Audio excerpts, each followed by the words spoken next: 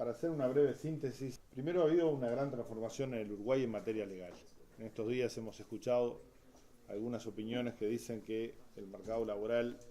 uruguayo está demasiado estructurado, rígido, etc. En realidad lo que hemos construido es una matriz del punto de vista legal que garantiza los derechos establecidos en los convenios internacionales que Uruguay tiene vigentes y hasta en su propia constitución, en la medida en que buena parte de estos derechos están consagrados en la misma. Veníamos sí de un proceso histórico en el cual el mercado laboral había sufrido una fuerte desregulación en un periodo de crecimiento económico. Pablo, lamento darle la espalda, pero no. Pablo lo decía. En la década de los 90 Uruguay tuvo un proceso de crecimiento económico muy importante que no fue acompañado de un proceso de mejora en la distribución del ingreso, y buena parte de estos fenómenos, a nuestro entender, obedecen a la inexistencia de, por ejemplo, la negociación colectiva en el Uruguay, que había existido hasta el año 1992 y que fueron desconvocados, digamos, los consejos de salarios a partir de ese año por una decisión del gobierno de la época. Hemos aprobado una ley de protección de la actividad sindical, en el entendido de que era imprescindible generar garantías para aquellos que asumen tareas de conducción y de responsabilidades concretas en los sindicatos, a los efectos de evitar procesos de persecución que claramente existían también en Uruguay, que existieron históricamente. Hemos hecho una reseña, más de 40 normas legales aprobadas de 2005 hasta la fecha en materia vinculadas a derechos de los trabajadores, pero algunas de las más importantes a señalar eran estas. La ley de trabajo doméstico. En Uruguay el trabajo doméstico era considerado desde el punto de vista cultural como algo que no era trabajo. Se resumía en aquella frase, la señora que me ayuda en mi casa, digamos, pero en realidad no se consideraba esa trabajadora, porque el 98% son mujeres, no se las consideraba trabajadoras. Hoy estas trabajadoras tienen ámbitos de negociación colectiva, derechos garantizados, feriado pago no laborable, aprovecho de mencionarlos, el 19 de agosto, y ya es un feriado que si se trabaja hay que pagarlo doble. Ley de 8 horas para los trabajadores rurales, un mecanismo que no existía en nuestro país, y una ley de tercerizaciones que de alguna manera culminó con una práctica que era bastante extendida de generar fenómenos de tercerizaciones que en muchos casos culminaban con evasión con los aportes a la seguridad social y al conjunto de organismos recaudadores del Estado, y al mismo tiempo en muchos casos con los propios salarios de los trabajadores, ¿no? Hoy la empresa que terceriza servicios a través de esta ley es responsable de los aportes a la seguridad social, de los aportes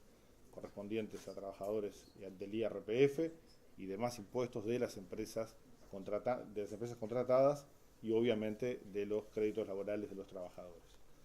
Al mismo tiempo, en el mismo marco, se mejoraron las condiciones de acceso y beneficio de la Ley de Seguro de Desempleo, flexibilizando el mecanismo para lograr adaptarlo a una nueva realidad del mercado de trabajo, que obviamente va variando, acompañando el proceso de crecimiento de la economía de estos últimos 9 años. Una nueva ley de asignaciones familiares, mejora del acceso de los trabajadores, en especial las mujeres, a los beneficios jubilatorios. Aquí hay una norma que a mí me parece importante destacar, que es la ley que otorga un año, hasta 5 por cada hijo a las mujeres para acceder a los beneficios, para generar la causal jubilatoria. Esta norma hizo que en el año 2011, por primera vez en la historia en Uruguay, se jubilaran más mujeres que hombres, un fenómeno que no había sucedido anteriormente. Y normas de regulación específicas en materia de seguridad y salud, ampliándose el año pasado el listado de enfermedades profesionales, adaptándolo justamente a la aparición de nuevos fenómenos desde el punto de vista económico en el mercado de trabajo, emprendimientos que no existían en Uruguay, caso claro los call centers, por ejemplo, que han tenido un desarrollo importante y que en algunos países del mundo, esto es una cosa que me enteré hace poco, pero en realidad vale la pena mencionarlo, en algunos países de nuestra América, los call centers instalados en las zonas francas, por ejemplo, tienen una prohibición expresa por ley de permitir la organización de los trabajadores. O sea, está prohibida la actividad sindical en algunos call centers instalados en zonas francas en países centroamericanos, ¿no? Una cosa sorprendente, pero así es nuestra América. Se prohibió, entre otras medidas, algo que parecía increíble que sucediera, pero sucedía en Uruguay, que era la solicitud de un test de embarazo negativo por parte del empleador al contratar, o el establecimiento en los contratos de trabajo del compromiso de la trabajadora de no embarazarse durante el periodo de duración del contrato. ¿Qué ha pasado en materia de empleo y desempleo? Bueno, hemos tenido la tasa en estos últimos años, la tasa de empleo más alta que registra la historia del país, y más claramente la más alta de los últimos años, acompañado naturalmente de un decrecimiento del desempleo en forma notoria, que ha puesto al país por debajo de los niveles de lo que se denominaba el desempleo estructural, digamos, ¿no? Uruguay tenía, si uno mira análisis anteriores, un desempleo estructural del 8%, las personas ubicadas debajo de este 8% eran consideradas inempleables. Sin embargo, hoy la tasa de desempleo está por debajo, quiere decir que hay personas inempleables empleadas, digamos, con lo cual esto también tiene una serie de consecuencias en el mercado de trabajo que muchas veces han sido discutidos públicamente, pero efectivamente sectores excluidos de la sociedad y excluidos de la posibilidad de ingreso al mercado de trabajo formal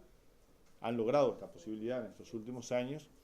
y esto va acompañado del ingreso de trabajadores que tienen claramente una escasa cultura del trabajo,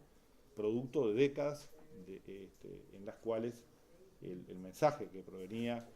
de quienes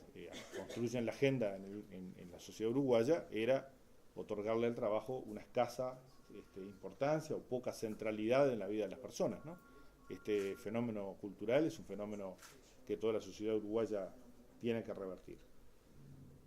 ¿Qué tipo de empleo hemos creado? Esto es un elemento muy importante, ¿no? Porque el desempleo ha bajado en toda América Latina,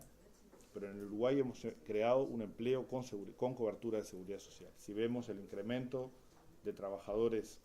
cotizantes a la seguridad social, estamos aproximadamente en un número de más de 600.000 puestos de trabajo cotizantes adicionales a lo que Uruguay tenía en el año 2002. Esto significa 604.000 personas que tienen cobertura de seguridad social en su expresión más amplia y derecho a un conjunto de beneficios como seguro de desempleo, seguro de enfermedad y demás, un conjunto de beneficios que gozan los trabajadores formales en el Uruguay. De alguna manera, el desafío de la informalidad es quizá uno de los desafíos más importantes que el país tiene para los próximos años. Coincidiendo con lo que Pablo mencionaba, cómo ha operado la política salarial en relación al crecimiento que el país ha tenido. Bueno, efectivamente el salario real de los trabajadores ha crecido en un entorno del 40% en términos reales desde 2002 a la fecha. Este crecimiento obviamente no ha sido homogéneo en los distintos sectores de la sociedad, pero es el promedio del crecimiento de los trabajadores, lo cual muestra que esta ha sido, junto a las políticas sociales, una de las políticas decisivas en lo que veremos a continuación, que es la evolución de la pobreza en el Uruguay. No es lo que veremos a continuación. A continuación veremos el salario mínimo nacional. La evolución del salario mínimo nacional, que en el actual periodo de gobierno va a crecer un 108%, en función de lo que hemos... todavía no firmamos el decreto, pero lo vamos a firmar, establece un crecimiento en términos nominales del 108%. Hemos iniciado este periodo con una cifra de salario mínimo nacional algo inferior a los 5.000 pesos, vamos a terminar con un salario mínimo nacional de 10.000 pesos del 1 de enero del 2015, y el salario mínimo nacional es un referente clave a la hora de evaluar los salarios de los trabajadores con menores ingresos en el Uruguay. Es de alguna manera el elemento que empuja al alza a todos aquellos salarios que están pegados al salario mínimo nacional o cercanos a él, que guardan una relación con el salario mínimo y por tanto tiene un impacto importante junto a otra política, ahora sí que viene detrás, que ha sido de alguna manera parte de los lineamientos que el Poder Ejecutivo ha impulsado en las distintas rondas de Consejo de Salario, que es el establecimiento de aumentos diferenciales para los salarios más bajos, que hemos denominado en nuestra jerga salarios sumergidos, digamos, lo cual ha significado que estos salarios laudos más bajos, si ustedes los comparan con el ajuste general de salarios que se ven en la columna negra, han tenido un incremento notoriamente superior. hace un tiempo atrás, en una actividad organizada por mujeres, la presidenta Bachelet, yo cuento esto porque para mí fue muy significativo, la ex presidenta Bachelet y futura, espero, presidenta de Chile, mencionaba que al final de su periodo de gobierno habían construido una fundación que de alguna manera realizó un análisis de la gestión y constataban una importante evolución de todos los indicadores sociales, salvo uno, que era precisamente el índice de Gini, ¿no? Chile había crecido, había habido una reducción notoria de la pobreza, un incremento notorio de los ingresos de los sectores más bajos de la sociedad, pero el modelo, que obviamente tiende a concentrar, ¿verdad? Había generado una situación de estancamiento en lo que es el fenómeno de distribución del ingreso al interior de la sociedad chilena y por tanto los sectores de menores ingresos habían mejorado notoriamente, pero la distribución no había transitado por ese proceso que Pablo mencionaba, sí ha sucedido en Uruguay. Y de alguna manera adjudicaba esto la ausencia de negociación colectiva y una política salarial del gobierno, de su propio gobierno. Mencionaba esto en tono autocrítico, me pareció para mí una reflexión muy importante, y al mismo tiempo me consta que en el actual programa de gobierno que impulsa la coalición que intenta llevar a la presidencia nuevamente a la expresidenta Bachelet, esto es parte de la nueva agenda planteada para el futuro gobierno si es que los chilenos toman esa decisión, ¿verdad? Como mencionábamos antes, ahora sí, este conjunto de elementos coincide con una caída notoria en las cifras de pobreza y también con una evolución, como Pablo señalaba, notoriamente positiva del índice de Gini. Yo creo que aquí se ha roto un paradigma, ¿no? El paradigma era, por lo menos al inicio de nuestra gestión de gobierno en el año 2005, era que el crecimiento económico, si iba acompañado de aumento de derechos de los trabajadores, de mejoras en las condiciones de trabajo y demás, iba a generar un impacto negativo sobre el empleo y por tanto iba a ser un elemento que iba a contribuir, no a contribuir en sentido negativo, digamos, a consolidar un proceso de crecimiento económico. La realidad ha mostrado que hemos logrado crecer con distribución del ingreso a través de un conjunto de políticas. La política fiscal claramente ha contribuido a esto, la política salarial claramente ha contribuido, no solo desde el punto de vista de las definiciones de los salarios, sino también de la instalación de una estructura de negociación que seguramente ha venido para quedarse en el Uruguay más allá de los avatares políticos. Para ir redondeando, porque efectivamente el tiempo es breve, hay dos colectivos con dificultades en el mercado de trabajo uruguayo. Las mujeres, claramente, a pesar de que tenemos una mejora en la participación de las mujeres en el mercado de trabajo en los últimos años. Esto se debe fundamentalmente, acá ya me perdí completamente, ¿no? Pero como me siguen bien, ustedes verán que la tasa de empleo de los hombres está ubicada en su techo histórico ya hace unos cuantos años, y hay un crecimiento de esta línea verde, que es la tasa de empleo de las mujeres en el Uruguay. Esto se debe en buena medida porque estamos en una situación límite desde el punto de vista de los recursos humanos y hay los recursos humanos disponibles en la ciudad uruguaya son básicamente femeninos. Por tanto, hay una incorporación de la mujer acompañado de un conjunto de políticas que han intentado apoyar este proceso, ¿verdad? Creo que estamos aún lejos en este aspecto. Hay mucho por hacer, continúan además planteadas desigualdades al interior del mercado de trabajo, mujeres con iguales tareas reciben remuneraciones inferiores, esto es claro, hemos tenido una política en este sentido desde la Inspección General del Trabajo de atender estas temáticas y pasar a controlar también este aspecto, ¿verdad?, del establecimiento de remuneraciones en función de la existencia de un marco legal que establece igualdad de oportunidades para hombres y mujeres en el mercado de trabajo. Y también tenemos claro que continuar este proceso de generar igualdad de oportunidades en el mercado de trabajo está estrechamente asociado a la promoción de un sistema nacional de cuidados que efectivamente logre romper la cultura de que las mujeres que trabajan, buena parte de las mujeres que trabajan en Uruguay lo hacen en su casa, sin remuneración, y se encargan del cuidado de sus hijos, sus padres o personas con discapacidad. Yo creo que este es uno de los aspectos en los cuales tendremos que hacer un esfuerzo final en este periodo, pero seguramente en el próximo periodo logremos consolidar. Estoy partiendo de una premisa, ¿no?, que no está demostrada, que va a continuar este gobierno, pero creo que efectivamente continuar en la construcción de una política dirigida hacia la existencia de un sistema nacional de cuidados es un objetivo estratégico para el país, no solo por una razón de equidad, y esto me parece importante señalarlo, sino también